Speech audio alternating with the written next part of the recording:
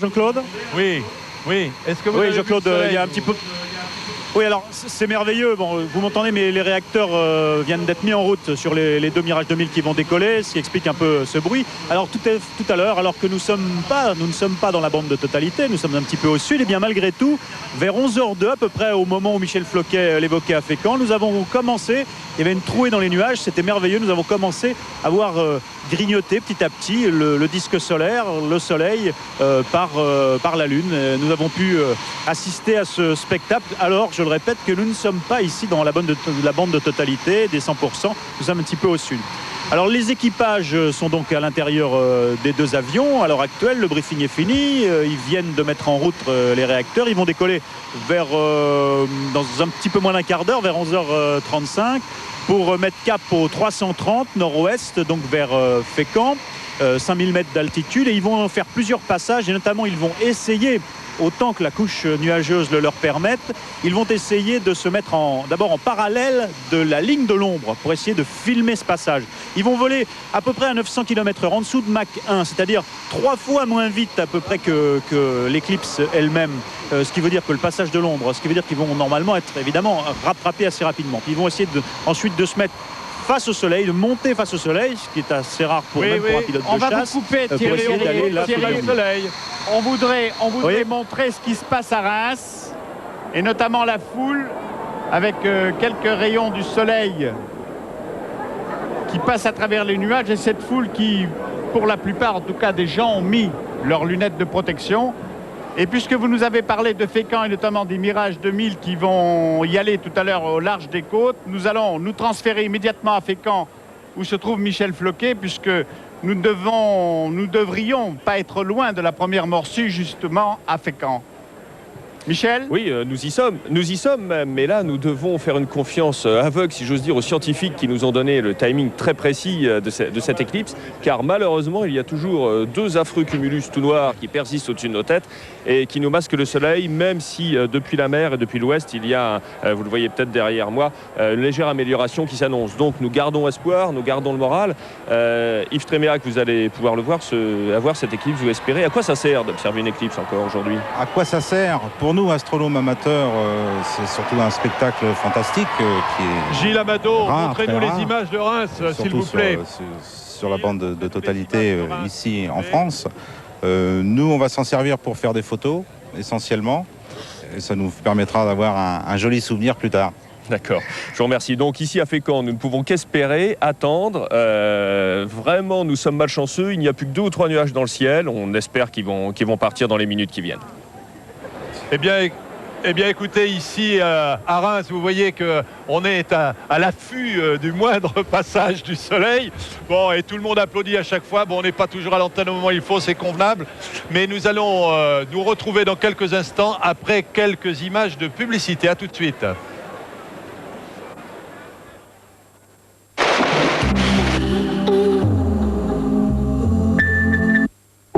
Cette éclipse est un concentré de plaisir. Nectar de Jacques Vabre.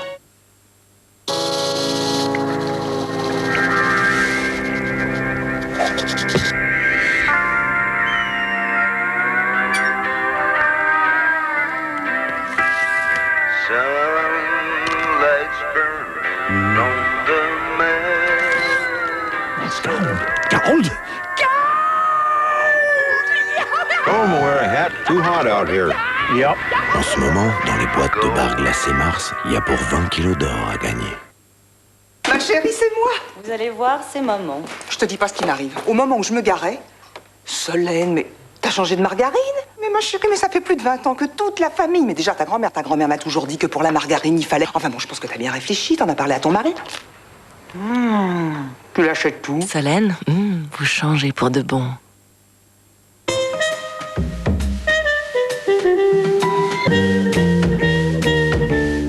Nestlé Dessert, le dessert qui éclipse tous les desserts. Nestlé, c'est fort en chocolat. MFM présente Émile et Images. Les deux groupes toulousains des années 80, enfin réunis.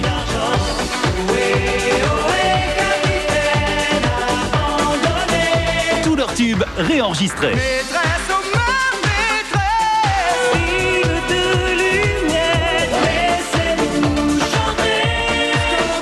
Émile et Images, ensemble pour un disque d'or.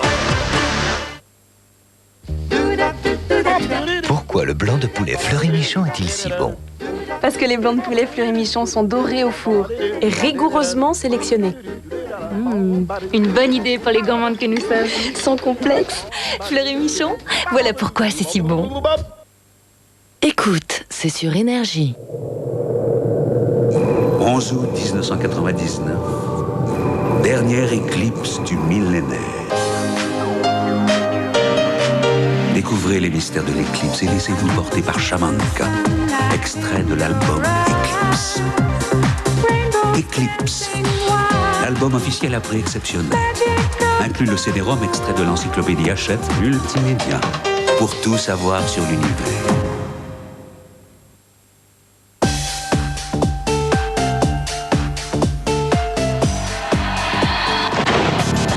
En ce moment, dans ton café, avec Jenny, si t'es chaud, tu gagnes un week-end pour deux à Ibiza. Pour le savoir, va dans ton café, commande un Jenny et retourne-moi. Jenny, la plus chaude des boissons froides. Cette pizza de manosque au feu de bois piquiche, elle me met en appétiche. Même après minuit. Oh, t'es piqué ou quoi? Ah, dis donc, sans polish. Pizza piquiche, tous piqués de piquiche. Des fruits, pyramides et dômes, fouettés et coulis. Materne, les desserts de fruits, c'est vraiment exquis. Materne. Très fruits, très frais, les desserts de fruits. Materne.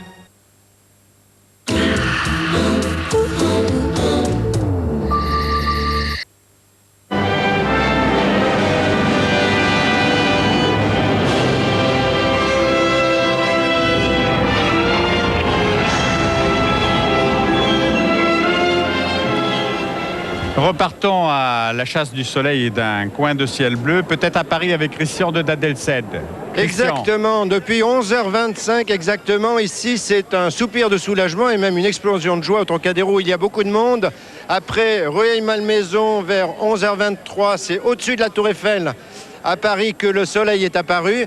Il y a d'ailleurs, je vous le dis, beaucoup de monde pour regarder. Je pense qu'on peut vous remontrer encore une fois l'image. Effectivement, le soleil est en partie entamé ici et tout le monde a chaussé ses lunettes. Il y a du monde sur les marches du Trocadéro, il y a du monde autour des bassins, il y a du monde partout. D'ailleurs, autour de moi, il y a plein de personnes qui sont là et qui ont déjà commencé à voir. Qu'est-ce que vous en avez pensé, madame? Vous venez d'où? Je viens d'Avignon. Et pour l'instant, il n'y a pas beaucoup de grignotés, mais c'est pas mal. Vous êtes... ça vous donne de l'espoir? Ah bah oui, on espère beaucoup. Et on aurait aimé que le ciel soit un peu plus dégagé. Donc si ça continue comme ça, ça va être vraiment formidable ici. Et je vous dis qu'il y a de plus en plus de monde au Trocadéro. Et donc nous avons bien choisi l'endroit pour observer ce phénomène. Merci Christian, nous allons maintenant rejoindre à Évreux. Nous allons à Évreux, Thierry Guerrier. Thierry bien Jean-Claude, Jean-Claude, écoutez, je pense que les équipes de TF1 ici vont pouvoir vous montrer ce plan. Donc, nous venons de le voir, j'espère qu'on va le revoir. Voilà, je regarde à nouveau avec mes lunettes pour savoir. Ouais, c'est ça, un bon quart du soleil qui est mangé là par la Lune. Ah oui. Et nos nuages, les nôtres, petit à petit, nous dégagent pour l'instant le ciel, peut-être encore pour une bonne vingtaine de minutes, j'espère, pour qu'on puisse assister à ce spectacle. Alors même que les deux Mirage 2000, un Mirage 2000C et un Mirage 2000D, viennent de quitter le tarmac et vont décoller dans quelques instants. Ils doivent aller, je pense, s'installer en bout de piste pour se mettre face au vent et prendre l'air et immédiatement grimper à 5000 mètres d'altitude et essayer de récupérer nord-ouest pour essayer de s'approcher au mieux et surtout essayer de filmer cette ombre notamment. Alors je ne sais pas si on peut vous remettre à nouveau parce que là c'est bien dégagé. Voilà, on est toujours dans ce quart et cette vision assez étonnante bientôt d'un croissant de soleil.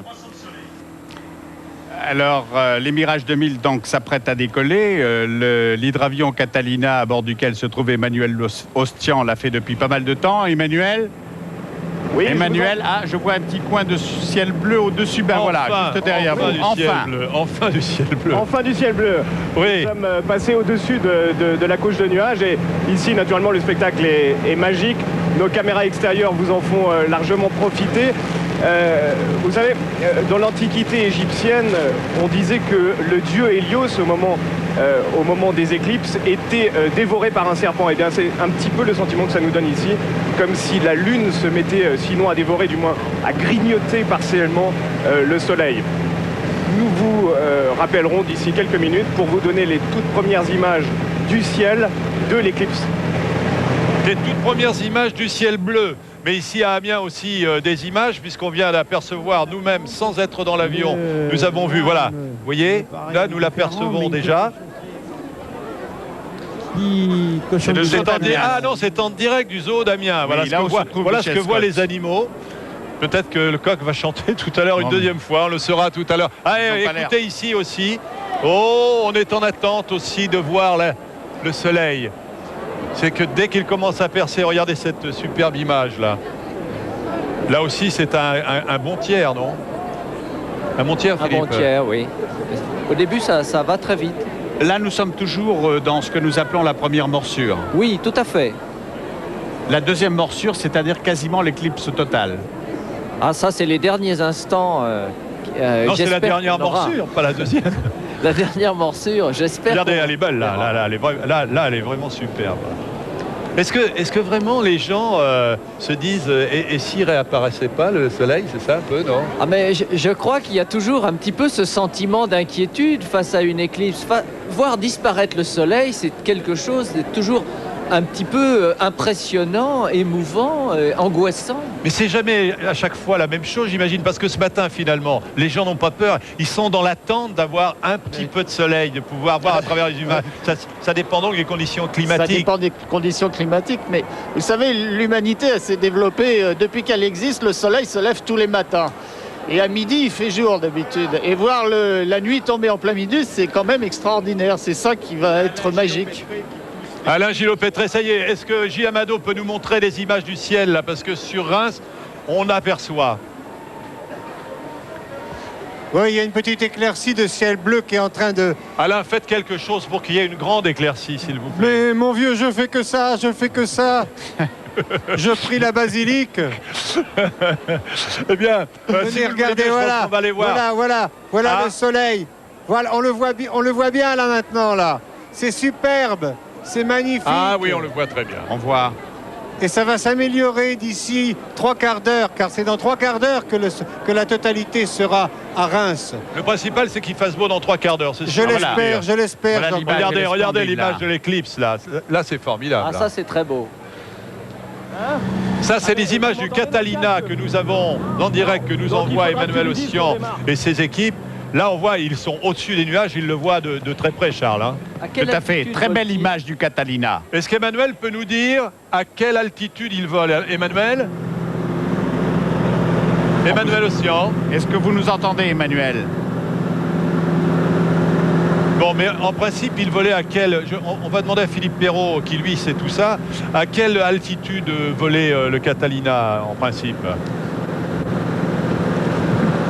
À combien? 5000 mètres? Oh, il a dû monter certainement entre 4000 et 5000 mètres. Il est entre 5000 mètres là en ce moment. Mais là, 4000 et 5000 là il est au-dessus des nuages et on voit vraiment l'image. Tiens, elle se fiche tout à coup, mais c'est un problème de transmission. Mais redonnez-nous cette image autant que vous le pouvez. C'est vraiment magnifique. Vous l'avez déjà vu comme ça? Ah oui, je l'ai déjà vu comme ça en Indonésie. Et c'est vrai que c'est très impressionnant de voir la progression de l'ombre au fil des minutes. Si on regarde de 10 minutes en 10 minutes, on note cette progression. On vous a coupé tout à l'heure, Monsieur Ferrel. Non, vous êtes aussi un chasseur d'éclipses, évidemment. Oui, enfin... Comme la plupart. De ceux qui sont passionnés par l'astronomie. Oui, je suis passionné par l'astronomie, c'est vrai. Et j'ai déjà vu une éclipse, c'était en octobre 1995 au Vietnam. Et évidemment, j'ai vu la partialité de l'éclipse et la progression de l'ombre. Il existe aussi des éclipses partielles qu'on peut voir, où il n'y a jamais la totalité.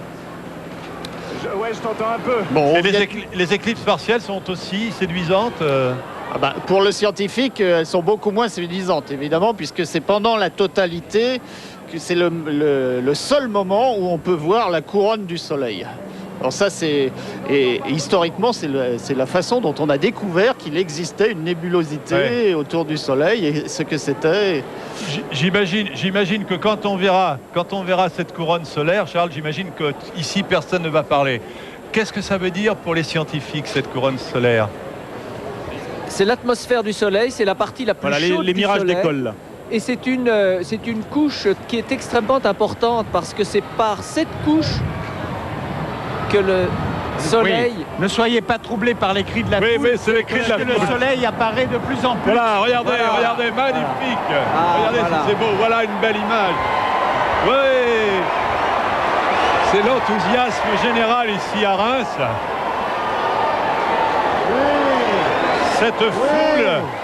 Cette foule qui hurle, sa joie de voir le soleil et peut-être sa crainte de le voir disparaître.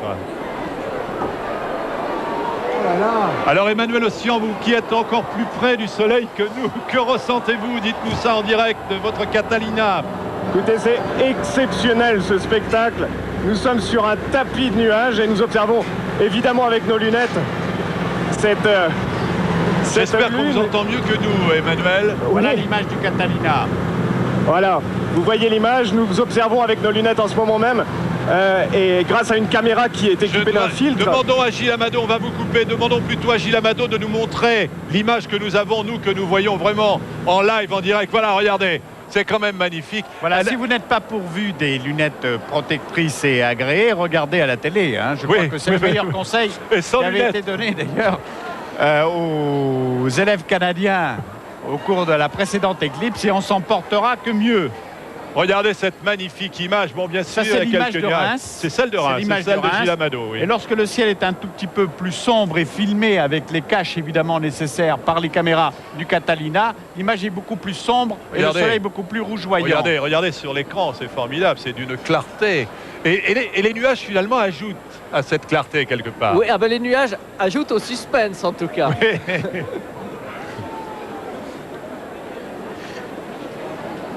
Alors, Michel Scott au Zoo d'Amiens. Michel Scott, c'est l'image du Zoo d'Amiens? Non, c'est l'image du Catalina, je pense, là, Charles.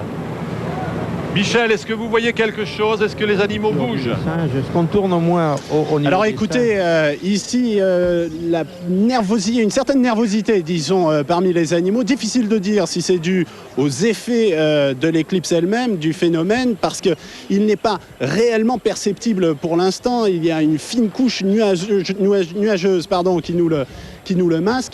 Les perruches qui sont derrière nous sont très actives, très bruyantes. On s'attendait à ce qu'elles se taisent peut-être tout à l'heure dès que le ciel s'assombrira beaucoup plus que ça.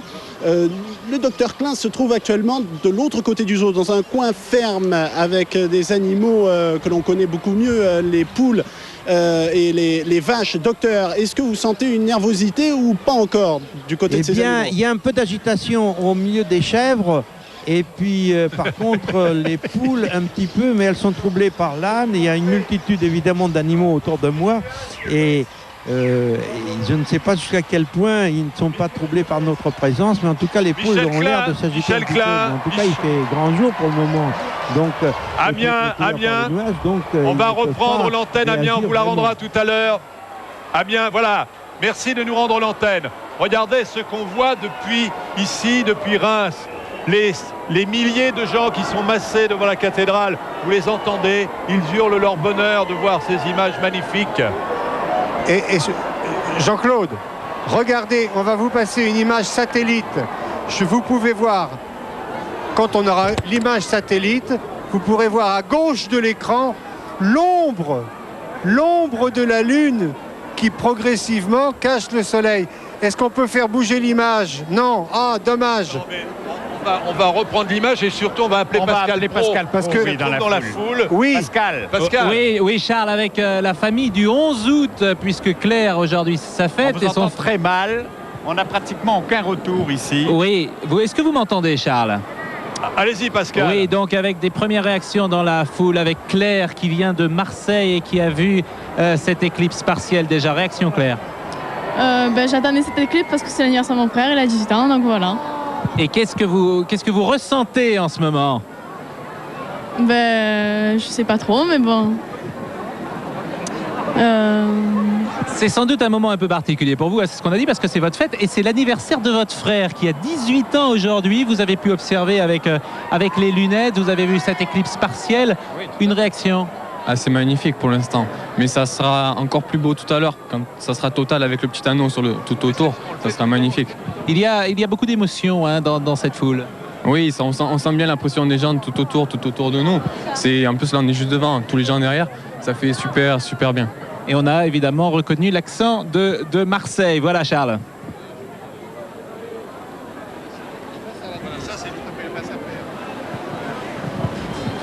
Voilà, alors donc ça va durer encore combien de temps Eh bien, cette phase? Il est à peu près midi moins le quart, donc il est exactement 11h41. 11h41. Donc il nous reste une demi-heure quoi en gros. Un peu plus même, 40 minutes.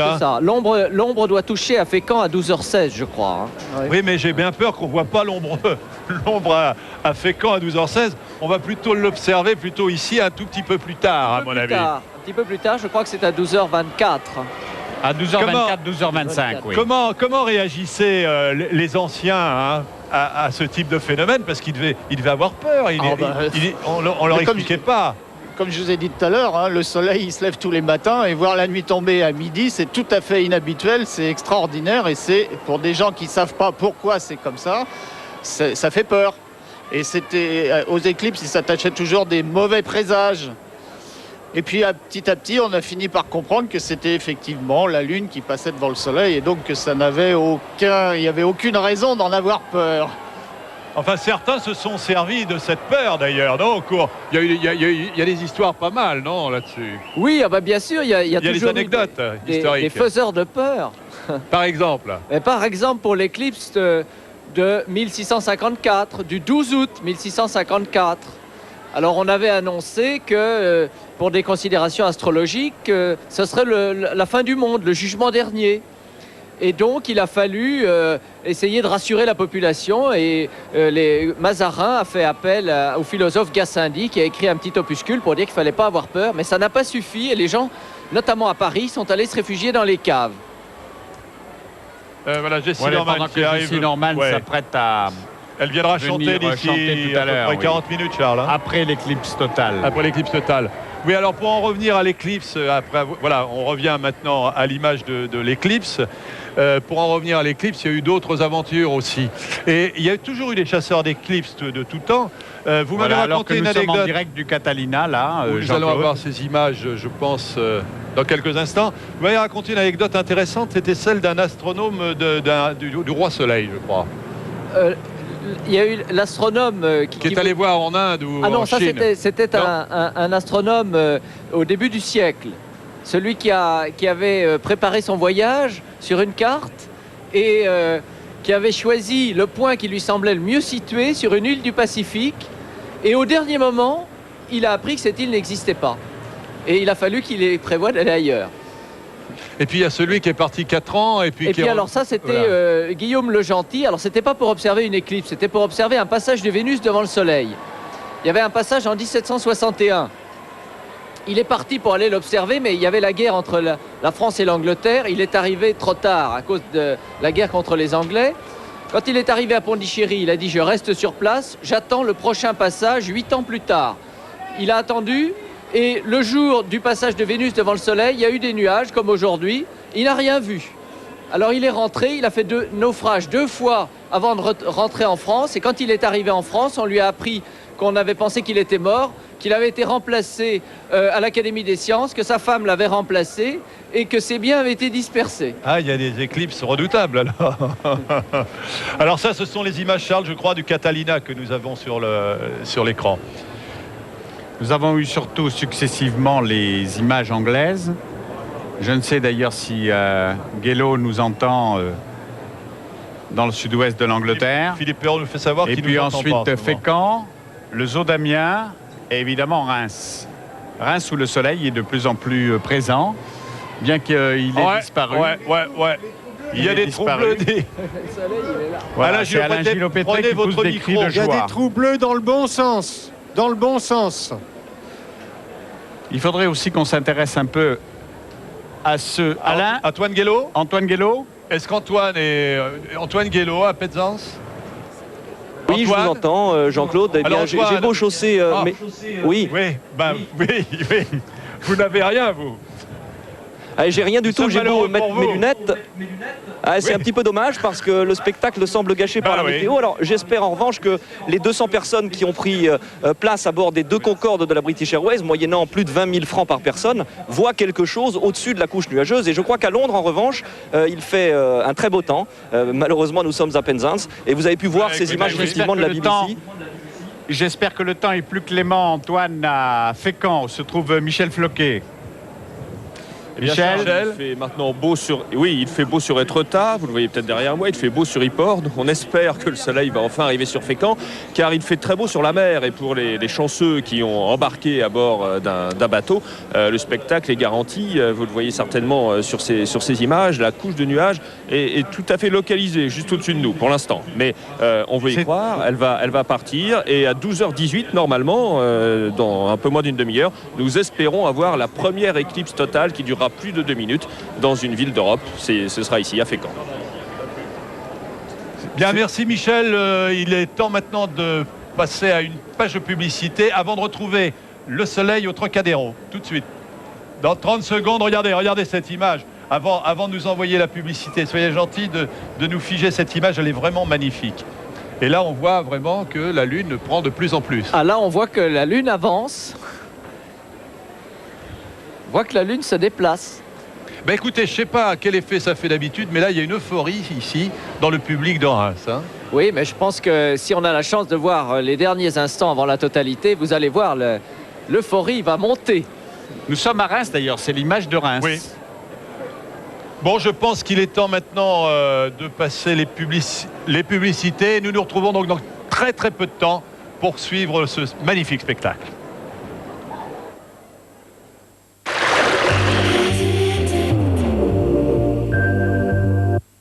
Très Nature, le rendez-vous des fruits et légumes frais. Ça n'a pas l'air d'aller. Ma famille vient déjeuner et je n'ai aucune idée de dessert. Eh bien, la voilà ton idée. Fais un gratin au quetch. Leur chair ferme est idéale. Ah oui, un gratin comme quand j'étais petite.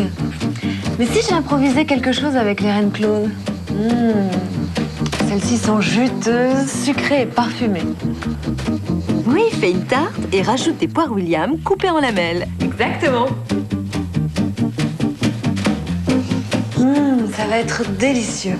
Au fait, je n'ai pas de cannelle pour saupoudrer sur les fruits. C'est pourtant essentiel. Appelle Arthur, il en aura sûrement. Alors il faut vite que je rajoute une assiette. Il faut surtout que tu le présentes à ta famille. Retrouvez toutes les recettes et astuces Très Nature au 0810 810 000.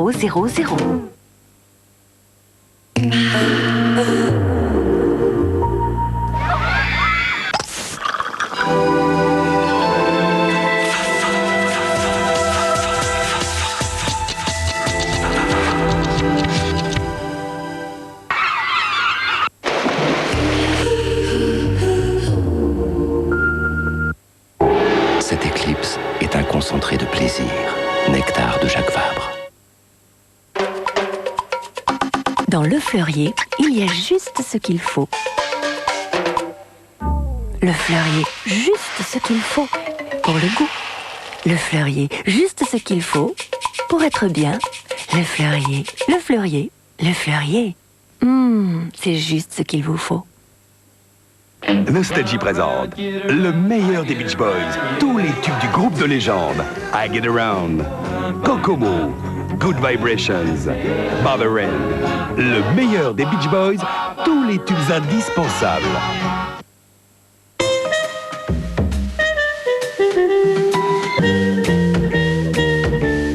Nestlé Dessert, le dessert qui éclipse tous les desserts.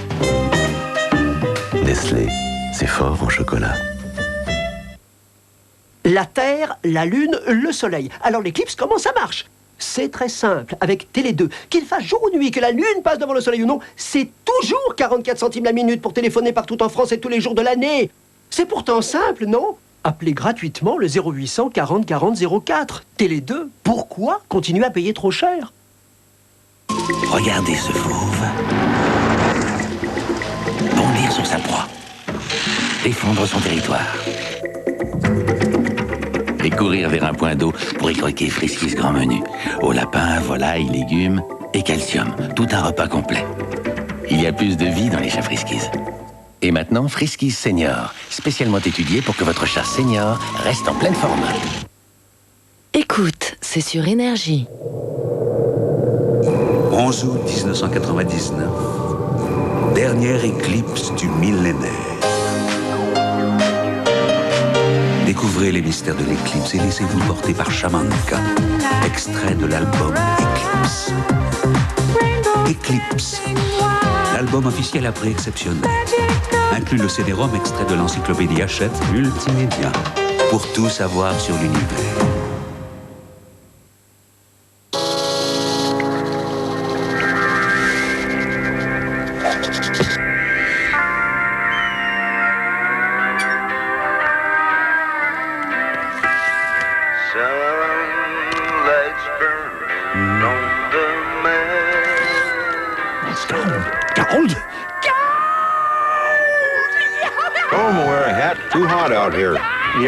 En ce moment, dans les boîtes de bar glacé Mars, il y a pour 20 kilos d'or à gagner.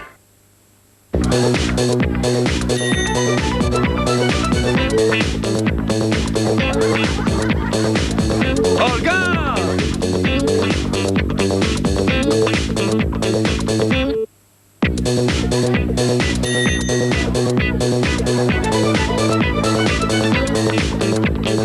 Olga!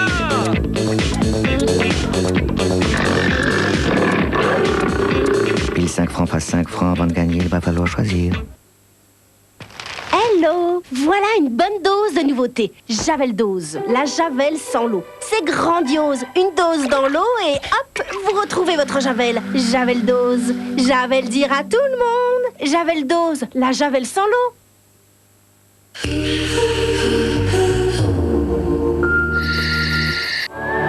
L'éclipse sur TF1 avec Claire Fontaine.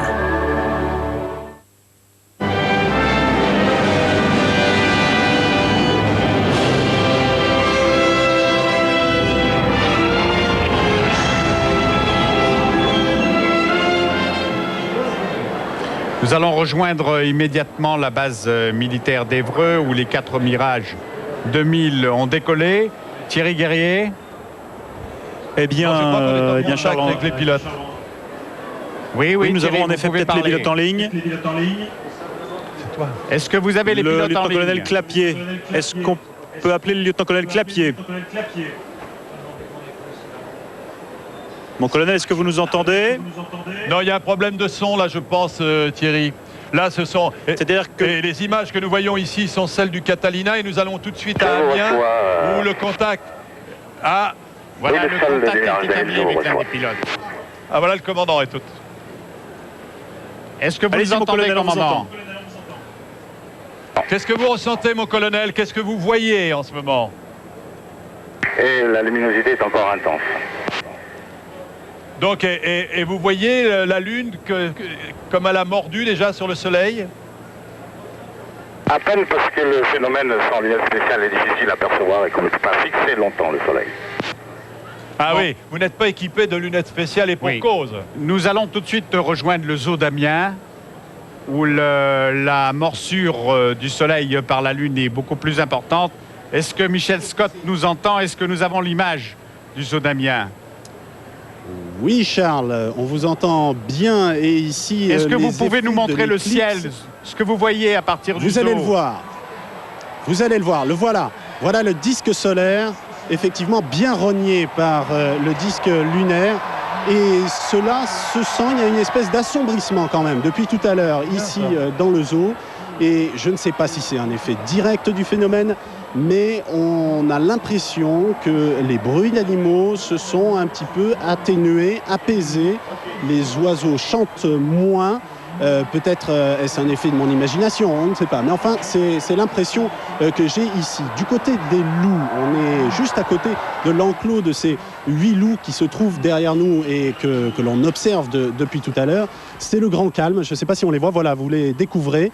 Apparemment, c'est une grande tranquillité là, qui règne chez eux. Pas d'effet direct. Oui, Jean-Claude. Michel, merci, parce qu'il se passe des choses ici. On va appeler Pascal Pro. Parce que là, ici à Reims, le soleil apparaît. Oui, vous avez on a du ciel bleu, le ciel apparaît. Une grosse poche de ciel bleu, ça va durer un petit moment. Oui, Jean-Claude, vous avez raison. Et c'est vrai qu'il y a une douce euphorie, que chaque éclaircie est saluée comme un but dans un stade de football. On en est à 4 buts marqués, en gros, depuis 1 heure. C'est la 4e éclaircie. Et je vois que vous êtes particulièrement bien équipé, monsieur. Pardon ? Je dis, je vois que vous êtes particulièrement bien équipé. Hein. Bah, écoutez, ça convient parfaitement, effectivement. Et qu'est-ce que vous voyez à travers donc c'est un masque de soudeur, c'est force 12, 13 13, oui, c'est un numéro 13, c'est ce qui a été préconisé, au moins 12, donc j'ai mis du 13 et puis on voit parfaitement. Et satisfait de ce que vous êtes en train d'observer ?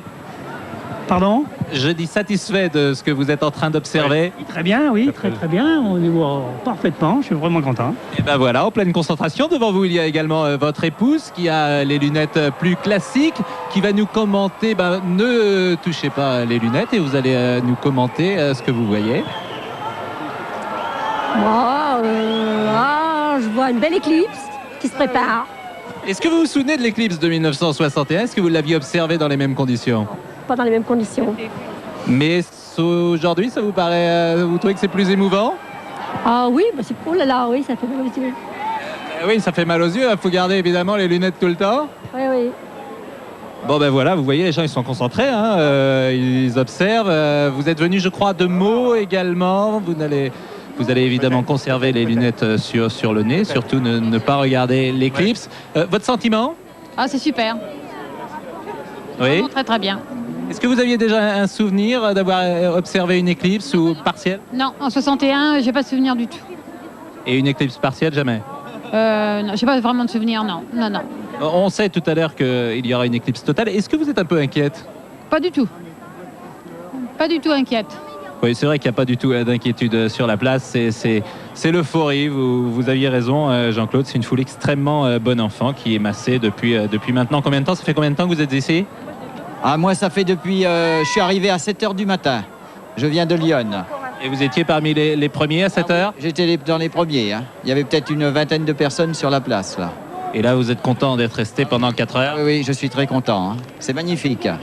Et ça continue, d'ailleurs. Hein. Vous le voyez, c'est un sentiment qui est partagé. C'est magnifique. Tiens, un petit enfant. Quel âge tu as ? Il a 10 ans. Voilà, tu as 10 ans. Tu t'appelles comment ? Adrien Renaud. Adrien, d'accord. Adrien, est-ce que ça te plaît ? Oui, très bien. C'est très beau et c'est très joli. Est-ce que c'est un peu émouvant aussi, à ton avis ? Oui, parce que c'est juste à la fin du siècle et il n'y en aura pas d'autres dans le siècle qui est là. D'accord. Et là, l'éclipse, elle est presque totale, tu vois ? Oui, elle est presque totale. Il y a presque plus qu'un croissant, c'est tout. Eh ben d'accord. Adrien, tu quittes pas les lunettes. Et puis voilà, je vais peut-être vous rendre l'antenne, Charles et Jean-Claude. Il est presque midi. Nous sommes à peu près à 18 minutes de l'éclipse totale. Et nous allons prendre l'air et rejoindre le Catalina avec Emmanuel Ostian. Regardez, Charles, il reste plus grand-chose. Hein. Oui, nous sommes, Emmanuel. Nous sommes en ce moment, Charles, en train de naviguer sur un océan de stratocumulus. Le spectacle est formidable. Si vous voyez parfois l'image un petit peu bouger, c'est à cause naturellement des perturbations qui entraînent les mouvements de l'avion. Alors je me tourne vers Philippe, le pilote, pour lui demander ce que ça fait lorsque l'on a l'habitude de naviguer avec le soleil, de le voir légèrement obstrué, comme c'est le cas en ce moment. Je pense que ça va être très impressionnant. Déjà, l'éclipse totale. Pour nous, ça ne va pas changer grand-chose puisqu'on est en vol aux instruments. On est sous contrôle de Paris, là. On a mis l'éclairage à fond. Donc ça ne va pas changer grand-chose. Simplement une nuit très courte. Ce sera peut-être au moment du noir total qu'il y aura un problème, non ? Oui, parce que l'œil n'est pas habitué et tout. Donc ça va venir très rapidement. C'est ça le seul problème. Enfin, ça va être une très grande expérience, je pense.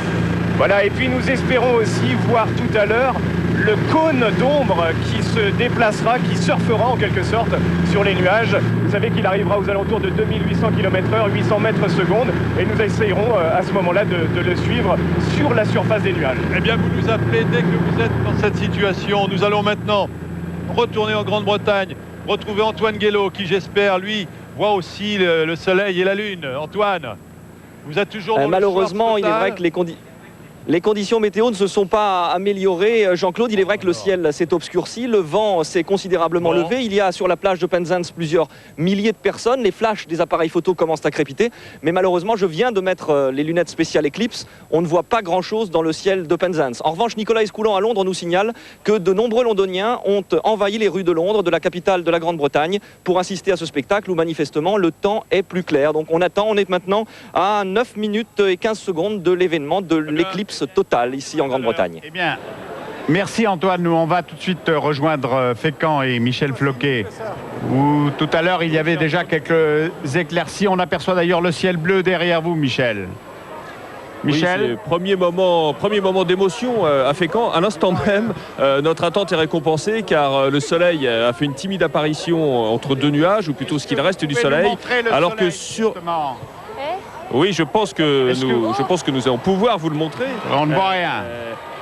Vous ne voyez rien. Bon, alors, écoutez, à Fécamp, on se contente de peu. Vous entendez peut-être les gens autour de moi qui applaudissent et qui sont ravis. Car le ciel bleu que vous voyez derrière moi est trompeur. C'est le ciel bleu qui règne sur Étretat. Ouais. Sur Fécamp, là où je suis, le ciel est un peu moins bleu. Mais nous avons un petit début de spectacle. Et surtout sur la mer quelques rayons. Un phénomène assez inexplicable dû à l'éclipse, paraît-il. Des endroits où la mer change légèrement de couleur. C'est difficile à filmer. C'est pratiquement impossible à retranscrire en vidéo. Mais à l'œil, c'est assez étonnant. Voilà, vous entendez les gens, j'imagine, là, cette fois-ci, sur les falaises de la côte d'Albâtre. Oui, voilà, c'est beaucoup plus net là. C'est beaucoup plus net. Oui. Alors nous revenons à Reims là parce qu'effectivement là aussi tout le monde est en observation, la foule. Regardez ces images. Je pense que ce sont des images de Reims. Si on veut bien nous incruster le lieu de ces images, c'est Reims, c'est tout à fait Reims. Qu'est-ce que c'est que ce halo qu'on voit là autour de... je ne sais pas. Est-ce que ça viendrait des caméras peut-être, non ? Ça viendrait des caméras sûrement. Oui. Dans la réalité, il n'y a pas ça. En tout cas, ça prouve une chose, c'est que la Lune est bien ronde. Et puis pour les éclipses de Lune, eh bien c'est comme ça qu'on a fini par être sûr que la Terre aussi était bien ronde. Alors on va essayer de voir si elle est aussi ronde à partir de Paris, puisque nous allons rejoindre Christian d'Adelsen, qui doit le voir. Christian, est-ce que vous voyez le phénomène ? À Paris, oui, montrez-nous les images. On préfère voir les images de la... plutôt que de voir la Tour Eiffel derrière. Elle est bien belle, mais quand même. Bien entendu. Là, et voici donc ici, hurrah, applaudissements depuis 5 minutes, puisque c'est la deuxième fois que le soleil apparaît à Paris. Et je dois dire qu'il y a un monde fou maintenant sur l'esplanade du Trocadéro. Beaucoup de gens qui sont venus aussi par curiosité, parce que ils attendent au moment de l'éclipse partielle totale l'éclaircissement de la Tour Eiffel, puisqu'il y a un système automatique qui doit déclencher automatiquement la lumière sur la Tour Eiffel dès qu'il y a de l'obscurité. Vous revoyez ces images, effectivement ici le soleil est enfin très brillant et tout le monde est soulagé parce qu'il y a eu beaucoup de soucis ce matin. Je rappelle d'ailleurs qu'à Paris, l'éclipse ne sera que partielle, même si le soleil sera couvert à 99,4%. Mais malheureusement, même 99,4%, ça ne suffit pas pour enlever les lunettes d'abord. Et c'est pas la vraie nuit, quoi. Oui, parce que nous avons vu pas mal de gens, notamment sur la place du Trocadéro, qui n'étaient pas pourvus de lunettes. Oui, mais ça c'est très inquiétant, non ? Oui, ça c'est dangereux, c'est très dangereux. Philippe, on est place du Trocadéro avec Christian d'Adelsen. Il est évident qu'on voit bien moins de choses quand on est en ville, y compris ici à Reims, plus que quand on est à la campagne ou à Étretat. Ah, mais l'idéal, c'est d'être en pleine nature et de voir le comportement des animaux, le comportement de la flore et de regarder, on va le voir tout à l'heure, d'ailleurs, avec les teintes autour de soi dans les dernières minutes avant l'éclipse totale, voir les teintes. On voit moins, et surtout en hauteur, je crois. Aussi. Et en hauteur pour voir l'ombre arriver. Voir l'ombre arriver, mais même quand l'ombre est au-dessus de soi, il reste à l'horizon une lumière. Thierry Guerrier nous appelle, je crois, Charles. Thierry Guerrier qui est à Évreux. Thierry ?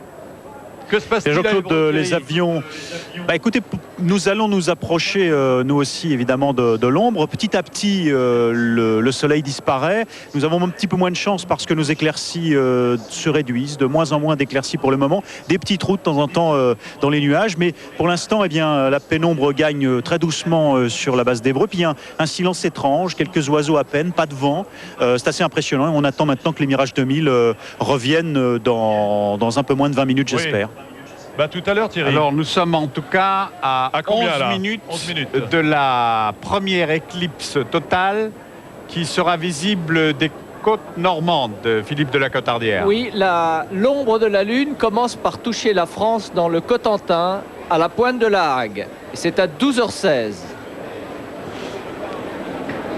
Et il semble qu'il soit... Moi j'ai 12h05 ou 12h06. Voilà, 12h06. Donc on a encore 10 minutes. Est-ce que déjà on a l'impression... On va peut-être demander à Pascal Praud si dans la foule les gens commencent déjà à se dire c'est dans 10 minutes, est-ce que le soleil va disparaître? Pascal, vous m'entendez? Bah oui, et comme on l'a dit hier... Est-ce qu'il y a des petites angoisses là? Eh bien écoutez, on va leur demander, est-ce qu'il y a un petit peu d'angoisse? Oh non, pas vraiment, non. Non, il n'y a jamais d'angoisse. Je crois que vous venez de Gap, hein, vous êtes venu spécialement évidemment pour l'événement. Exactement, donc voilà. Alors, vous observez depuis tout à l'heure, vous attendez avec une grande impatience. Est-ce que vous sentez un petit peu d'inquiétude? Plutôt, non, je trouve que plutôt c'est extraordinaire. Les gens sont quand même étonnés et je sais pas, on se sent tout petit quand même devant ce genre d'événement et vraiment, non, c'est plutôt extraordinaire. Vous dites, on se sent tout petit, pourquoi? Tout simplement, on se voit que les forces de la nature prennent le dessus et qu'il peut arriver des choses quand même exceptionnelles comparé à ce qui se passe tous les jours ici sur Terre. Et vous vous attendiez à être dans ce sentiment-là? Non, c'est vrai que la première fois que j'ai vu, ça m'a pris quand même, ça fait quelque chose. Bon, après, on s'y habitue. Non, c'est vraiment, c'est fantastique quoi. Et vu que c'est très rare, c'est quand même bien. Voilà. Alors évidemment, il y a beaucoup de monde. Pascal. Oui, Charles. Pascal, je rappelle que l'éclipse totale à Reims interviendra aux alentours de midi 25. Midi 25 même précise, je crois. 14 minutes. On va tout de suite aller dans le sud-ouest de l'Angleterre où la nuit est quasiment parfaite maintenant avec Antoine Guélaud. Ah oui, absolument. La nuit tombe de seconde en seconde, de minute en minute. Dans 2 minutes maintenant, nous allons avoir une éclipse totale. Malheureusement, on ne la voit pas beaucoup à cause des conditions météo dont je vous parlais tout à l'heure. Mais je peux vous dire qu'il fait beaucoup plus froid qu'il y a quelques instants. Le vent se lève considérablement. Le spectacle doit être beau depuis la mer parce que derrière nous, eh bien, c'est relativement dégagé. Et ici, la mer se retire puisqu'il y a un coefficient de marée. Les Britanniques sont de plus en plus nombreux, les curieux, les touristes qui sont venus ici à se précipiter vers la mer. Et là, ça y est, je crois qu'on est vraiment dans l'éclipse totale. La nuit tombe de plus en plus. Vous voyez sur ces images qui nous sont envoyées depuis la BBC qui a placé une caméra dans son avion, ce que le spectacle peut donner au-dessus de nous, mais malheureusement au-dessus de nous, c'est-à-dire au-dessus de cette couche nuageuse. Les appareils photo crépitent de plus en plus. C'est à peu près la seule chose que j'aperçois sur la plage, puisque la nuit maintenant est complètement tombée. Je peux vous dire que les mouettes sont extrêmement nerveuses puisqu'on parle beaucoup d'animaux. Alors il y a une sorcière hier qui me disait une chose, qui me confiait que pendant l'éclipse totale il faut faire un vœu. Bon, j'ai beau faire le vœu que la météo devienne plus clémente, ça ne marche pas semble-t-il. En tout cas ça y est, c'est la nuit noire. Là. Presque noire. C'est la nuit noire là. Hein. Presque. Il reste ce halo là, c'est très peu de choses. Un tout petit croissant, mais ça n'est pas encore la nuit. Ah mais dans 1 minute, hein, regardez, ce sont on n'est pas loin là. On va peut-être voir jaillir des protubérances. Remettez-nous les images de la BBC, voilà. Mais tout à l'heure, vous disiez, Antoine, que la température avait nettement baissé. Est-ce que vous pouvez estimer à peu près de combien de degrés? Ah là, écoutez, j'ai commencé cette émission simplement avec une petite veste. Je peux vous dire, ça y est, là, c'est la nuit noire, là. C'est la nuit noire, ça y est, quasiment, là. Quasiment, à peine, c'est la nuit noire. Quasiment. Je peux vous dire que j'ai une veste. J'ai une veste sur moi, la température a dû baisser de 6 ou 7 degrés. Hein. Vous voulez dire au niveau de votre tête ou au niveau de vos pieds? Parce qu'il y a plutôt au niveau de la tête. Hein. Au niveau de la tête, donc ça veut dire qu'au niveau de la tête, Philippe, il y a combien en gros de différence? Lorsque l'éclipse totale commence, il y a une baisse d'au moins 5-6 degrés. Hein. Oui, ce qui est parfaitement compréhensible puisque la Lune, masquant le Soleil, prive donc de la chaleur du Soleil la Terre. Bien sûr. Et cela dépend aussi de la nébulosité qu'il y a, bien sûr. Mais ce que je comprends plus difficilement, c'est que le vent se lève. Il y a un phénomène de turbulence de l'air qui est accrue par la différence de température rapide. Est-ce qu'on peut demander à Penzance, à notre ami Guélo, si lui, il ressent ce vent autour de lui? Antoine? Absolument, ça y est, moi je ne vois plus rien à Penzance, je vous aperçois à peine les flashs, les crépitements des appareils photo. Je peux vous dire que ça y est, nous sommes dans une période de nuit noire, je n'aperçois plus les personnes qui sont autour de moi. Et je peux vous dire que c'est l'éclipse totale. On ne voit pas encore la couronne, apparemment. Oui, Elle est à l'heure, il il a dit 10. C'est l'éclipse. Il y a encore un... Oh, très peu léger. Une esquisse de... Mais pourquoi on ne voit pas encore la couronne? C'est à cause du mauvais temps? Voilà, non. Est-ce que vous voyez la couronne déjà? Non, vous ne voyez rien. Ce sont les images de la BBC que vous n'avez pas devant vous, bien entendu. Antoine, est-ce que vous ressentez le vent? Ah bah voilà, Alors voilà, la couronne est apparue. Oh, on est en pleine éclipse là alors. Hein. Philippe de la Cotardière, c'est la fameuse couronne solaire. Voilà, c'est la couronne solaire et nous sommes en une période proche du maximum de l'activité solaire et donc nous avons une couronne qui est assez régulière. Il y a souvent des grands jets dans la couronne, mais plutôt en période de minimum d'activité. Là, nous sommes près d'un maximum et nous avons une couronne qui est relativement régulière. Mais remarquez les aigrettes qu'il y a, notamment au-dessus des pôles, où on voit toutes ces aigrettes qui s'échappent du soleil et que l'on appelle des plumes polaires. Magnifiques images que nous envoient nos confrères en direct, nos confrères de la BBC, avec qui nous sommes associés dans cette opération Eclipse. Et le soleil perd de cette façon des millions de tonnes d'hydrogène par seconde. Et ce vent solaire, qu'on appelle le vent solaire, arrive jusque dans le voisinage de la Terre et peut provoquer des graves perturbations. Alors on va voir les effets de ce vent sans doute sur Antoine Guélo. Antoine, le vent s'est considérablement levé. On voit vos cheveux. Le vent s'est considérablement levé.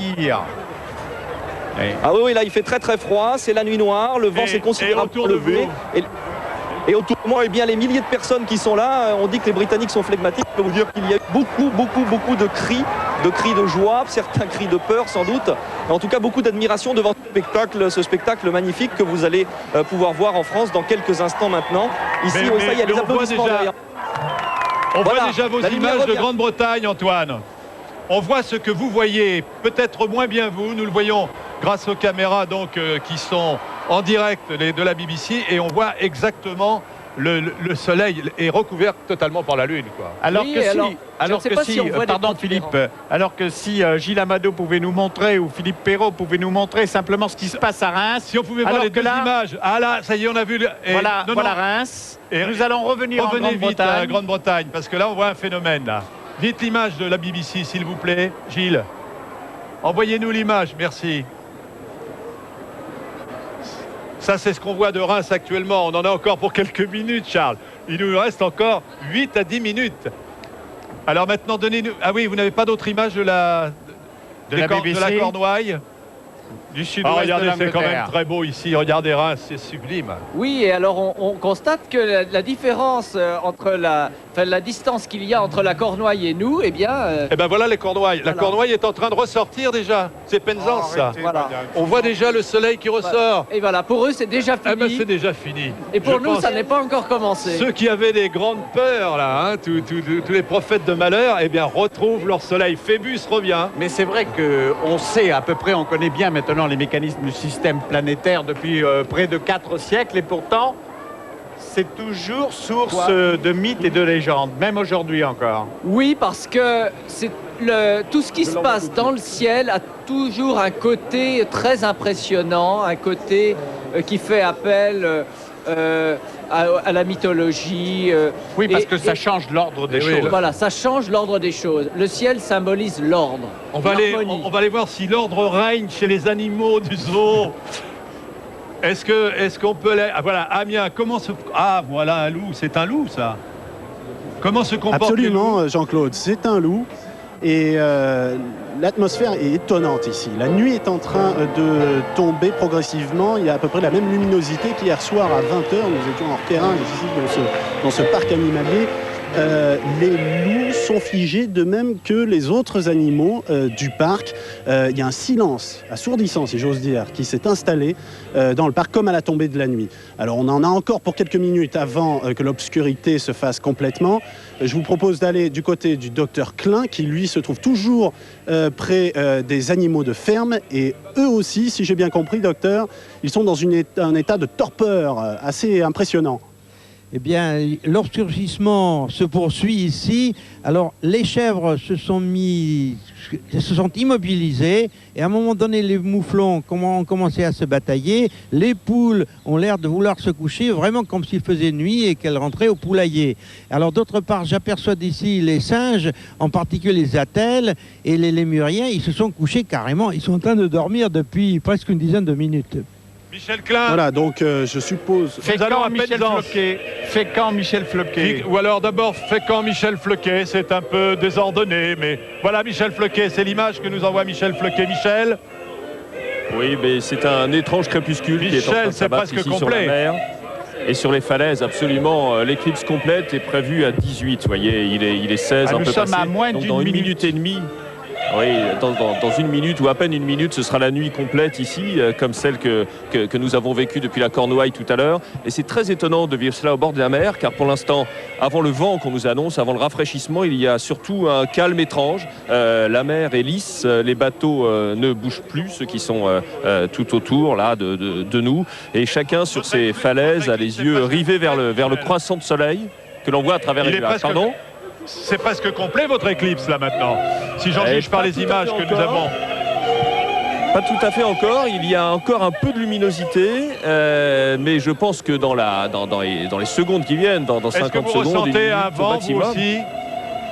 Non, pour l'instant, c'est le calme le plus absolu et le plus étonnant. Une sorte de crépuscule qui avance très vite. Je ne sais pas si à l'image cela se voit, cela se sent, mais il fait de plus en plus nuit, évidemment. Et chacun, pour l'instant, est un peu pétrifié par ce spectacle, je dois dire. La falaise est très calme. Les gens ne disent rien, ils observent, ils regardent. Certains essayent de faire des photos.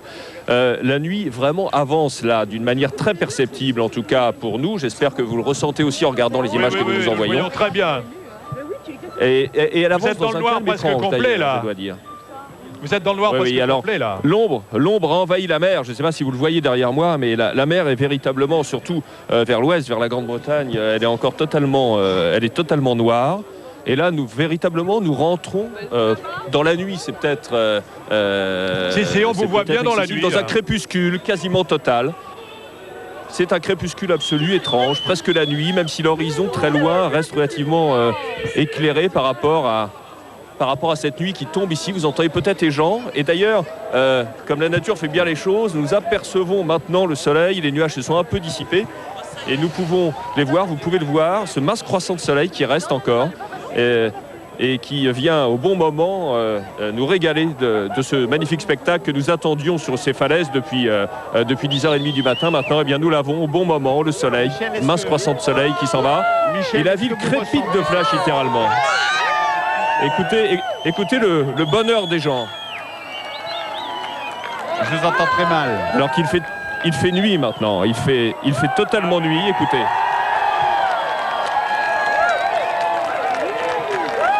Comment se comportent les gens autour de vous, Michel ? Vous les avez entendus, c'est la joie, c'est une étrange... les gens ont applaudi, ils ont ri, c'est la joie en fait. Non, c'est pas du tout inquiétude. Ces équipes sont sûrement terrifiées de l'humanité pendant des millénaires, mais depuis qu'on sait à peu près ce que c'est, les scientifiques nous ont expliqué ce que c'est le bonheur qui a remplacé l'inquiétude, évidemment. Et c'est très étonnant, la ville crépite de flash. Je vois le littoral et les milliers de gens qui sont massés sur la plage, et puis tous les gens sur les falaises. Chacun fait des photos. D'ailleurs, je me demande si les flashs sont bien utiles, mais ça, c'est pas très grave. Oh, cette couronne solaire est magnifique là maintenant. On voit la couronne solaire arriver vers nous, hein. Vous la voyez, vous, Michel ? Absolument, nous la voyons très très bien. On la voit magnifiquement. Regardez. C'est formidable. Avec l'activité donc du soleil qu'on ne peut voir qu'en ces circonstances, lorsque la luminosité que dégage le soleil lui-même est masquée et que seul ce qui est à la périphérie rayonne comme ça dans le ciel noir. On voit des protubérances. Voilà, la couronne solaire, Philippe, continue à se former. Ça dure combien de temps en gros la couronne solaire? La couronne solaire, on la voit pendant le temps de la totalité, donc c'est environ 2 minutes cette fois-ci. Il y a des éclipses qui sont plus longues, qui peuvent durer jusqu'à plus de 7 minutes, mais malheureusement celle-ci ne dure que 2 minutes.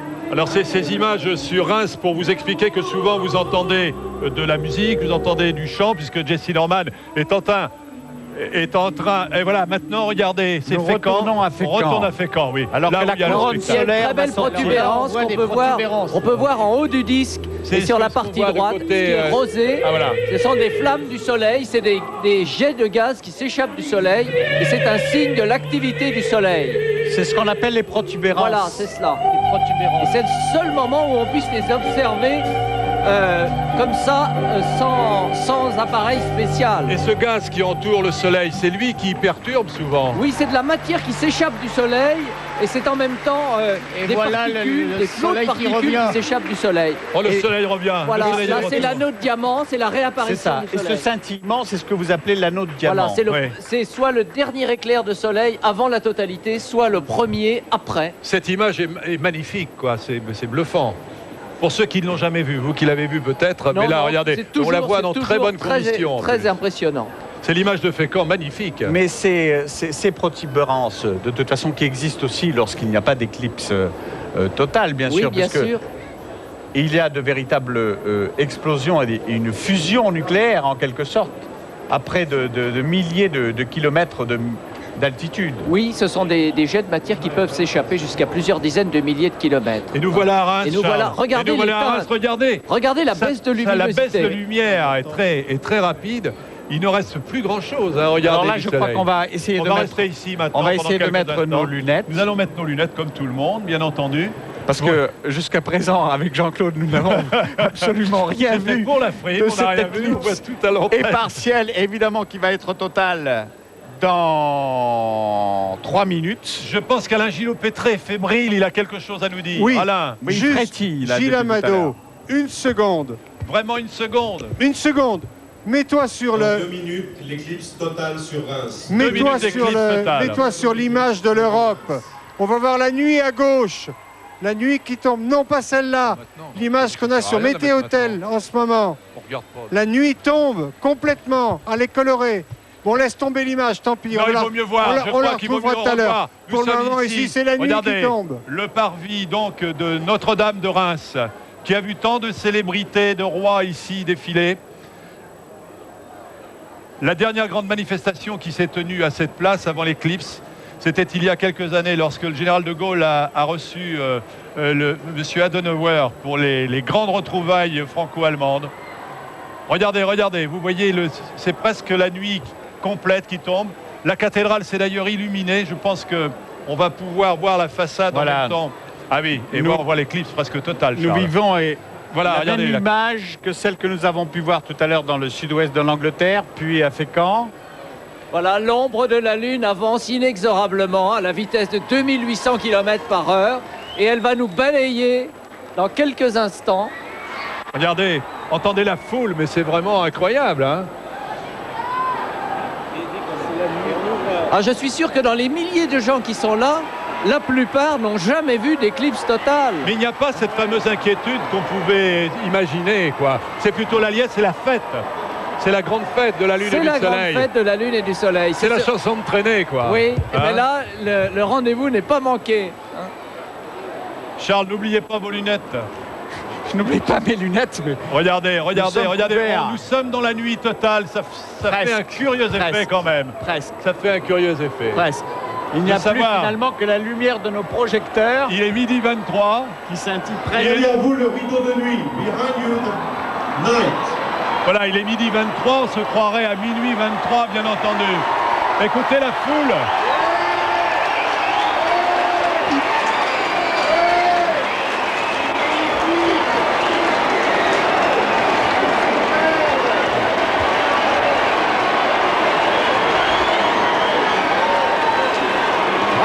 Ça y est, c'est magnifique.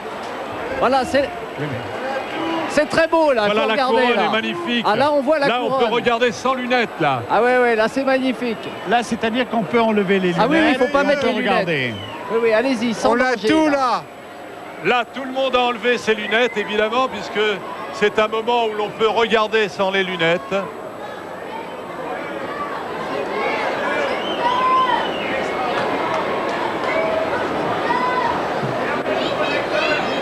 La seule luminosité qui subsiste, c'est bien entendu les projecteurs. Take your eclipse glasses off for the next minute.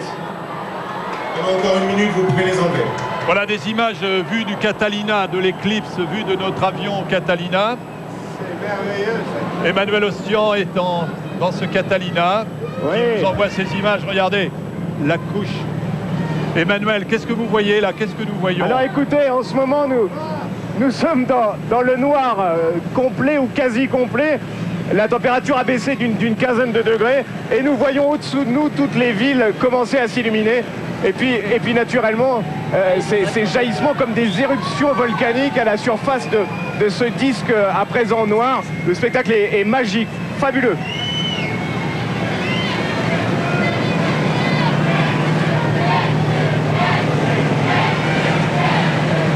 Coupez les lumières. Est-ce qu'on peut couper les lumières? Nous allons faire couper les lumières du studio. Voilà. Oui. Coupez les lumières, coupez tout. Coupez tous les projecteurs. Coupez les projecteurs, s'il vous plaît, sur le plateau. En 30 secondes, voilà. 30 seconds to put your glasses on. Oui.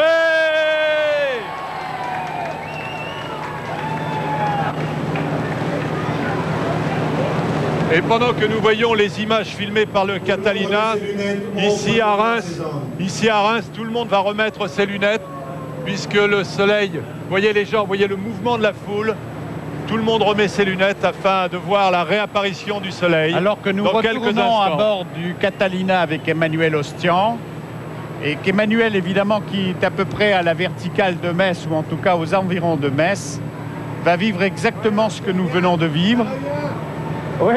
Successivement dans le sud-ouest de l'Angleterre, en Cornouailles avec Antoine Guélaud, puis à Fécamp avec Michel Floquet, au-dessus du Zoo d'Amiens avec Michel Scott, avec nous ici à Reims. Regardez les images du Catalina, c'est une merveille. Au-dessus de Metz, puisque Metz est quasiment sur la ligne de centralité de la bande de totalité. Regardez Charles, ces images sont exceptionnelles. Et Emmanuel Ostian. Emmanuel, nous vivons une aurore en ce moment. Et nous sommes aux alentours de 5000 mètres d'altitude, donc quasiment à l'altitude du Mont Blanc. Et c'est comme si, après une toute petite nuit, le ciel se réveillait. Donc nous avons passé une nuit extrêmement courte, c'est une aurore. Et nous allons petit à petit voir les éclairages publics s'éteindre. Et voilà, le jour revient sur Reims. Regardez, c'est formidable. En quelques secondes. Alors que la nuit n'est pas encore complètement tombée sur Metz. Et là, nous allons entendre Jesse Norman qui va interpréter un gospel justement pour saluer le retour du soleil. Alors que je vous rappelle que nous sommes toujours en direct du Catalina et que Emmanuel Ostian est en train de vivre ce que nous venons de vivre, c'est-à-dire une éclipse quasiment totale. Regardez Reims et de nouveau, il fait de nouveaux jours, quoi. C'est incroyable en l'espace, quoi. Vous avez remarqué comme la lumière était tombée rapidement. Hein. C'était vraiment dans les dernières minutes. Mais elle revient aussi rapidement, quoi. Alors nous attendons maintenant la prestation de la star de la journée en dehors du soleil et de la lune, puisque nous avions rendez-vous avec le soleil, la lune et Jesse Norman. Mais est-ce qu'entre-temps, tout en écoutant Jesse Norman, nous pouvons revenir avec le Catalina et Emmanuel Ostian?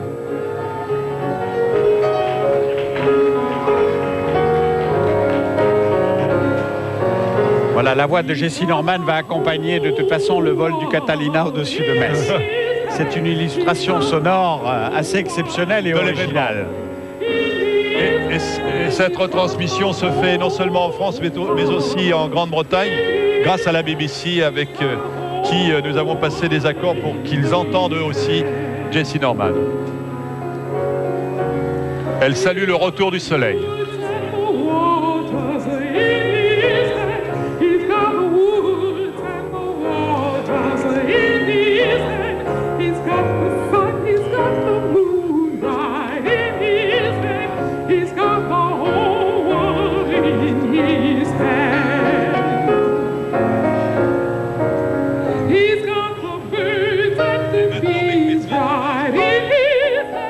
He's got the bird. He's got the beats of the field right in his hand. He's got the whole world in his hand. He's got you and me right in his hand. He's got you and me right in his hand. He's got everybody all in his hand. He's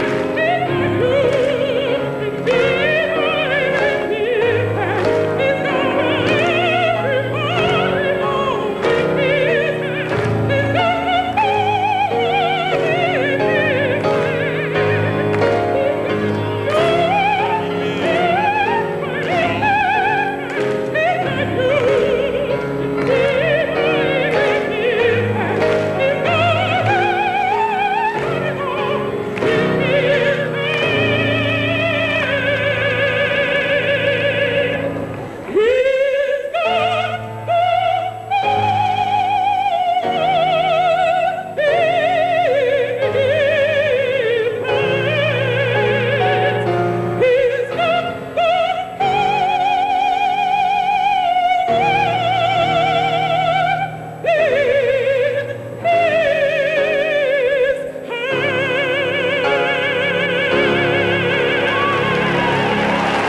la prestation de Jessie Norman. On le disait, pour célébrer cette grande fête païenne du retour du soleil. Nous allons avoir maintenant les images, je pense, des Mirage 2000D qui viennent de retourner. Voilà, les Mirages arrivent. Dans quelques instants, nous aurons les images qu'ils ont pu filmer. Eux, ils étaient à 10 000 à combien? À 10 km Je ne sais pas exactement. 10 000 mètres. 10 000 mètres peut-être. Ils étaient entre 5 000 et 10 000 au large de Fécamp. Donc dans quelques instants, le temps de descendre la pellicule filmée par Jean-Claude Lédin, et nous aurons les images donc dans quelques instants. Ils ont pu aller beaucoup plus que la vitesse du son au large de Fécamp, mais dès lors qu'ils abordaient les côtes de Fécamp, ils ne pouvaient de toute façon franchir le mur du sang. Alors voilà, on voit d'ailleurs à l'image Thierry Guerrier prendre les bobines de film. Oui. Mais Jean-Claude Lédin est en direct, on pourrait peut-être lui demander ce qu'il a ressenti, lui. Il court avec la cassette. Bon, on les voit en train de courir avec la cassette pour qu'on puisse avoir les images. Est-ce qu'on peut peut-être revenir sur le Catalina avec Emmanuel Ostian? Est-ce qu'il est en direct, Emmanuel? Non, il y a des problèmes techniques, oui. Non, nous allons peut-être demander à Jean-Claude Lédin ce qu'il a ressenti, non, puisqu'il descend d'avion. Jean-Claude Lédin. Et il ne peut pas non plus. Eh bien, Antoine Guélo qui est de retour. Antoine Guélo à Penzance. Antoine, ça y est, le jour est revenu pour vous. Oui, de retour dans vous la êtes lumière, moins sombre là. Ah oui, il n'est plus minuit, il est de nouveau midi. Ça a été un spectacle extrêmement émouvant auquel vous avez assisté d'ailleurs vous aussi. Et c'est vrai qu'ici, il y a plusieurs Britanniques qui ont essuyé une larme au moment de la nuit totale. Pendant 2 minutes 11, ici en Grande-Bretagne, ça a été la nuit totale. Maintenant, les personnes commencent à se disperser. Ils restent quand même sur la plage avec ces beaux souvenirs et ces photos qui, espèrent-ils, seront réussies. Michel Floquet. Fécamp, Michel Floquet, Fécamp. Ah, ben voilà, lumineux. Merci Charles. Oui, écoutez, évidemment, ici aussi, le jour est revenu, les bateaux rentrent, et en tout cas, il s'est passé quelque chose d'unique pendant cette petite nuit d'un peu plus de 2 minutes, c'est que pour la première fois de son histoire, le phare du Cap du Faniet qui est là, pour sa première fois de son histoire, eh bien, il n'a pas brillé pendant la nuit. Il était éteint, comme tous les éclairages ici à Fécamp et dans les environs. Voilà, et sinon, la température redevient normale, c'est-à-dire un peu plus clémente, et il fait meilleur, et il fait jour, et le spectacle que nous a offert Fécamp était absolument magnifique, vous l'avez vu, je crois, à l'antenne. Merci Michel, nous allons rejoindre un autre Michel, c'est à Fécamp cette fois-ci, pas à Fécamp, pardon, c'est à Amiens cette fois-ci, pour voir comment se sont comportés les animaux. Nous rejoignons les deux Michel, Scott et Klein. Michel ? Oui, Jean-Claude, eh bien ici, l'effet a été un petit peu le même. Une nuit très courte, très intense. Et les animaux, à peu près tous, ont réagi de la même manière. Ils se sont assoupis. Ils ont eu un comportement, à peu près pour toutes les espèces qu'on a pu voir, un comportement d'animal au moment du coucher. Les loups, derrière nous, ont eu une réaction surprenante dès que la lumière est revenue, assez subitement d'ailleurs, ici dans le parc. Une espèce de réaction de sursaut. Et puis, le leader des loups, le loup mâle qui commande un petit peu cette meute, a rassemblé tout le monde, a réveillé tout le monde. Du côté des animaux de la ferme, on a eu un petit peu la même chose, docteur Klein. Oui, eh bien ici, les animaux ont nettement réagi comme pour un coucher de soleil. D'abord, les poules se sont groupées avec le coq présent parmi elles et se sont couchées nettement. On a vu progressivement comment elles allaient au poulailler. Et quant aux autres, les chèvres par exemple, elles ont été carrément immobilisées. Il y a les mouflons également. Et alors, ce qui avait d'étonnant, c'est que j'apercevais de loin les singes sur l'île, que ce soit les attelles ou les lémuriens, en particulier les varilles, ils se sont carrément couchés. Et après, on a constaté qu'ils se levaient, ils se sont mis en activité, ils ont commencé à grimper et à manger. Ils ont vraiment fait une brève nuit, si je peux dire. Donc il y a eu nettement des réactions. La vache, par contre, bon, elle était immobile, elle n'a pas tellement réagi, il n'y a pas eu tellement de réactions. Les ânes sont restés également immobilisés pendant l'obscurcissement. Voilà, et puis Jean-Louis Alfero qui est allé tourner d'autres images du parc dans d'autres endroits nous montrera ces images un petit peu plus tard. Il y a eu des réactions surprenantes, notamment les manchots qui sont aussi allés se coucher d'une manière très ostensible, mais ça a été un petit peu le cas pour tout le monde ici. Michel, merci.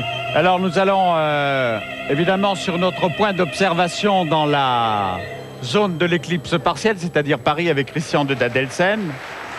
Malheureusement, nous avons un peu négligé parce que nous avons vécu l'éclipse totale, évidemment, sur tous les points de notre dispositif. Vous avez des excuses. Christian, oui, Christian, c'est J moins combien derrière vous? Alors J moins 143. C'est vrai que c'est l'occasion de rappeler qu'on est à la veille de l'an 2000.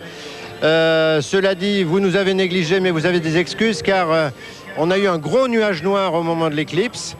On l'a bien vu, cette éclipse partielle, un petit peu avant.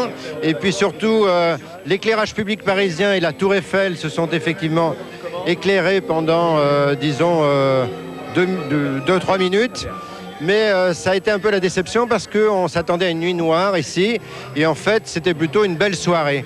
D'ailleurs, je crois que vous étiez, les gens qui sont autour de moi étaient un petit peu déçus, non ? Un petit peu, effectivement, mais on s'attendait à quelque chose d'un peu plus phénoménal et le spectacle a été quelque peu gâché par les nuages. On avait les pyjamas, mais tant pis. Ouais, non, on a eu juste droit à une très belle luminosité, mais bon, tant pis, ce sera pour plus tard. Donc Paris n'était pas forcément l'endroit idéal, mais le Trocadéro a été quand même très apprécié des nombreuses personnes qui étaient ici, ne serait-ce que par l'éclairage de la Tour Eiffel et l'éclairage public qui ont reconstitué la nuit pendant 2 minutes à l'heure de midi. En tout cas, sur le plan de l'éclipse totale, nous avaux été placés à des endroits idéaux, puisque entre le sud-ouest de l'Angleterre, en Cornouailles, puis avec Floquet, puis aux Eaux d'Amiens, et surtout à Reims, où nous avons une éclaircie parfaite quasiment au moment où l'éclipse totale se produisait, avec les avions, puisque Thierry Guerrier, je pense, a récupéré les bobines filmées par Jean-Claude Lédin. Ah bah il y a le Catalina qui est prêt déjà. Dans quelques secondes, nous aurons de toute façon ce que les 4 Mirage 2000 ont pu filmer de l'éclipse totale du Soleil à plus de 10 000, 8 000 mètres exactement d'altitude. Par contre, le Catalina, cette fois, peut être, je crois, excusez-moi mon cher Alain Gillot-Pétré, mais nous avons peut-être le Catalina en ligne avec Emmanuel Ostian. Emmanuel, je vous entends, Charles, je vous entends très bien. Écoutez, nous entendons très faiblement parce que vous savez que notre ami Jessie Norman a une voix extrêmement puissante. Mais nous vous voyons très bien. D'accord, une voix beaucoup plus puissante que la mienne. Eh bien, je peux vous dire qu'ici, nous avons perdu 20 degrés en l'espace de quelques secondes. Nous étions aux alentours de 20 degrés et brutalement, la température est tombée à 0 degré, voire même dans des températures négatives. À l'intérieur, tous les techniciens, l'équipage avaient le souffle coupé. Nous étions en train de surfer par-dessus des stratocumulus et nous étions dans une nuit noire absolue. Je peux vous assurer que la sensation valait le détour. Bien. Alors nous avons fait venir Alain, vous avez été très bien. Alors non, c'est l'équipe de Reims, de Météo France, qui a été formidable, qui a fait un travail énorme pour nous apporter des outils formidables. Non, il faut leur rendre hommage pour leurs prévisions. Pour leurs prévisions aussi. Ils étaient au rendez-vous en Les même temps mauvais augures d'il y a 6 jours auraient mieux fait de se taire. Vous n'allez pas donner les noms, vous n'allez pas donner les noms. Non, il y a eu trop de choses hurluberluesques qui ont été dites à propos de cette éclipse. Les scientifiques ont eu raison. Bravo, messieurs les scientifiques. aussi. Voilà. Et la Tour Eiffel est toujours là. Et Mir continue à tourner autour de la Terre. Continue à tourner avec un Français à bord. Nous l'aurons d'ailleurs en direct à sa descente de Mir dans quelques jours. D'ailleurs. Alors les hurluberlus auraient mieux fait de se taire. Très bien, on vous a bien entendu, Alain Gilles. Voilà. Bon, alors, monsieur Ferrel et monsieur Philippe de la Cotardière, quel est l'intérêt? Évidemment, l'intérêt émotionnel d'une éclipse totale est évident, mais quel est l'intérêt scientifique d'une éclipse totale? L'intérêt scientifique, c'est qu'une éclipse totale, c'est le seul moment où on peut observer la couronne solaire. Or, la couronne solaire, elle a une importance très grande par les effets qu'elle a sur la Terre elle-même. C'est ce qu'on appelle la météorologie de l'espace. Et donc l'éclipse totale, c'est le moment où on peut observer toutes les manifestations du champ magnétique sur le Soleil, par exemple. Et la France a construit un télescope dédié à ces observations-là qui se trouve aux Canaries. Mais quels enseignements pratiques peut-on tirer justement de cette observation soulignée par monsieur Ferrel? Pour notre vie quotidienne. Mieux connaître le Soleil, vous savez, c'est mieux comprendre les relations entre le Soleil et la Terre, et c'est donc utile pour nous, terriens, habitants de la Terre, parce que nous savons que nous sommes sous l'influence du Soleil, pas seulement parce qu'il nous chauffe et nous éclaire, mais parce qu'il nous envoie tout un tas de particules, et l'activité solaire a certainement des influences que l'on ne connaît pas encore très bien. Nous parlions d'ignorer tout à l'heure. Mais il faut savoir que le Soleil va complètement disparaître d'ici 5 millions d'années. Alors il va falloir trouver d'autres planètes pour aller vivre. Dans 5 milliards d'années. 5 milliards, pardon. Mais il y a aussi une chose qu'on n'a peut-être pas rappelée, c'est que dans environ 200 millions d'années, on ne pourra plus observer d'éclipse totale. Parce que la Lune s'éloigne de la Terre d'environ 3 cm par an. Et lorsqu'elle se sera suffisamment éloignée, c'est-à-dire à peu près dans 200 millions d'années, elle ne pourra plus provoquer une éclipse totale. Donc on n'observera plus que des éclipses annulaires. Dans 200 millions d'années. 200 millions d'années environ. Bon, ça nous laisse un peu de temps. On va vous parler, docteur. Vous avez vu que tout le monde, vous avez écouté, tout le monde a mis des lunettes, il n'y a pas eu de problème. Vous allez peut-être les retrouver en rentrant à l'hôpital. Et j'avoue avoir retiré mes lunettes aussi pendant l'éclipse totale. Ah, voilà, vous avez retiré. Comment vous avez trouvé le spectacle? C'est grandiose. Ça aurait été dommage de garder les lunettes. Tout à fait, on voyait rien. Alors, est-ce qu'on peut demander si nous avons les images de l'avion que Jean-Claude Lédin a pu tourner? Est-ce qu'on peut déjà les avoir, s'il vous plaît? On ne peut pas encore les avoir. Mais nous regardons encore une fois ces images magnifiques. Est-ce qu'on peut nous les repasser? Est-ce que Jean Amado peut nous les repasser? On va les repasser, dit Philippe Perrault. On ne s'en lasse pas. On n'avait pas vu ça en France depuis 38 ans.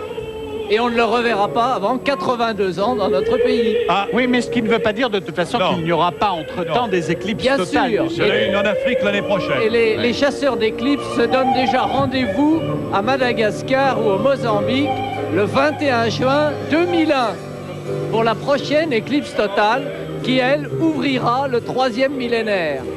Mais Philippe de la Cotardière,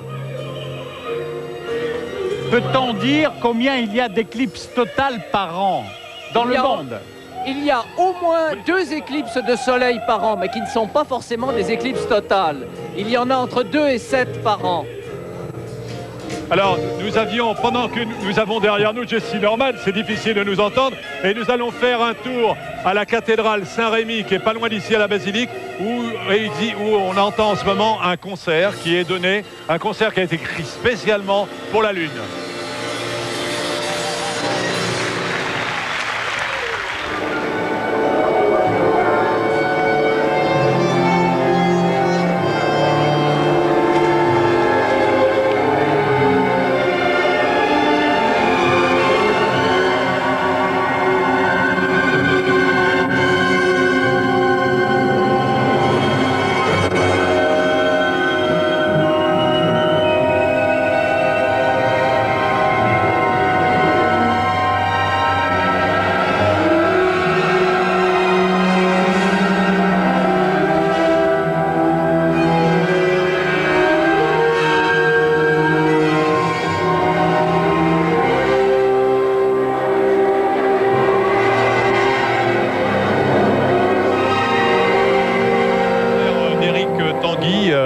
une œuvre symphonique qui a été créée spécialement pour l'éclipse, donc auquel peuvent s'assister en ce moment les spectateurs qui sont à Reims. Alors Jean-Claude, nous allons tout de suite maintenant revenir sur la base militaire d'Évreux, puisque les 4 Mirage 2000 ont atterri. Là.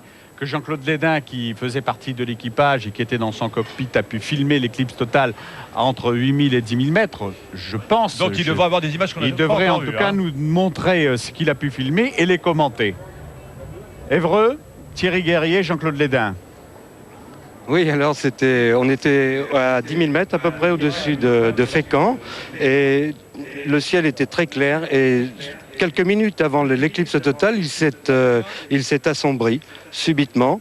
On n'a pas vu d'ombre portée arriver. Le ciel est venu tout noir et c'est une lumière complètement irréelle qui existait. C'était pas une lumière de tombée de la nuit, c'était quelque chose de très particulier. Au loin, on voyait une lumière qui commençait à revenir au loin, qui très vite nous a rejoints.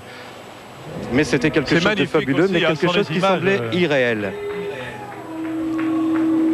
Alors, on a vu des petites images, des lumières à gauche, c'était des leurres des avions. Hein. Oui, alors pendant l'éclipse, les pilotes nous ont largué quelques leurres, ces systèmes de défense contre les missiles. Et ce qui nous a fait un petit feu d'artifice pendant l'éclipse. Alors c'est un peu comme une nuit aéronautique. Ce ne sont pas les leurres que nous voyons là. Ah non, non, pas du tout. Là, ce sont les lumières de l'avion que nous voyons en ce moment. Et tout d'un coup, la lumière revient subitement. Et voyez à l'horizon cette lueur qui arrive. On n'a pas eu l'ombre, mais on a eu le retour de la lumière, en fait, hein, qui arrivait très vite. Et très vite, nous avons dû nous reposer. Et pour arriver à vous porter les images.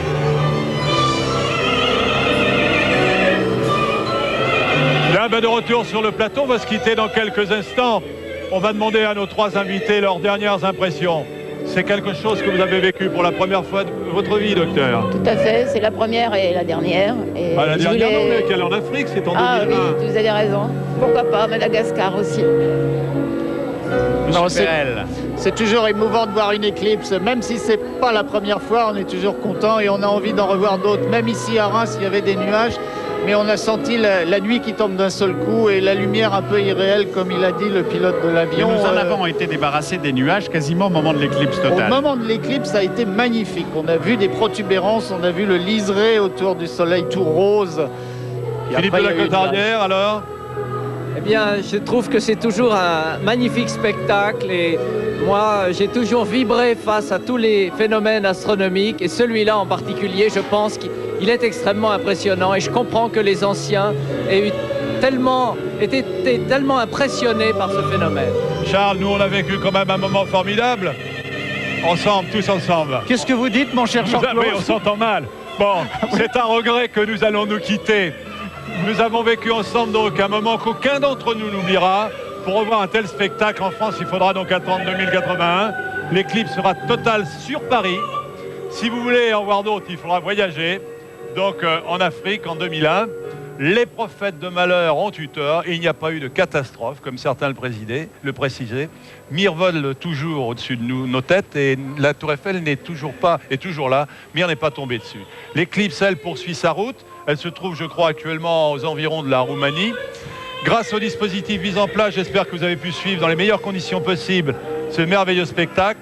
Merci à nos équipes de direct. Merci à Francis Grisol, à Philippe Perrault et François Lepez qui, à Paris, ont eu la lourde tâche de gérer cet immense multiplex. Merci à Gilles Amado, le réalisateur, et à son équipe. Merci enfin à nos invités, Charles. Et puis on se retrouve pour la prochaine éclipse. Oui, avec Jessie Norman peut-être, ou sans Jessie Norman, mais en tout cas, merci à tous d'avoir vécu avec nous cette éclipse totale du soleil. Et nous avons rendez-vous maintenant avec Jacques Legros. Je vous retrouverai, moi, quant à moi, tout à l'heure, à 20h, dans nos studios de Boulogne, pour le journal télévisé. Au revoir, bon après-midi.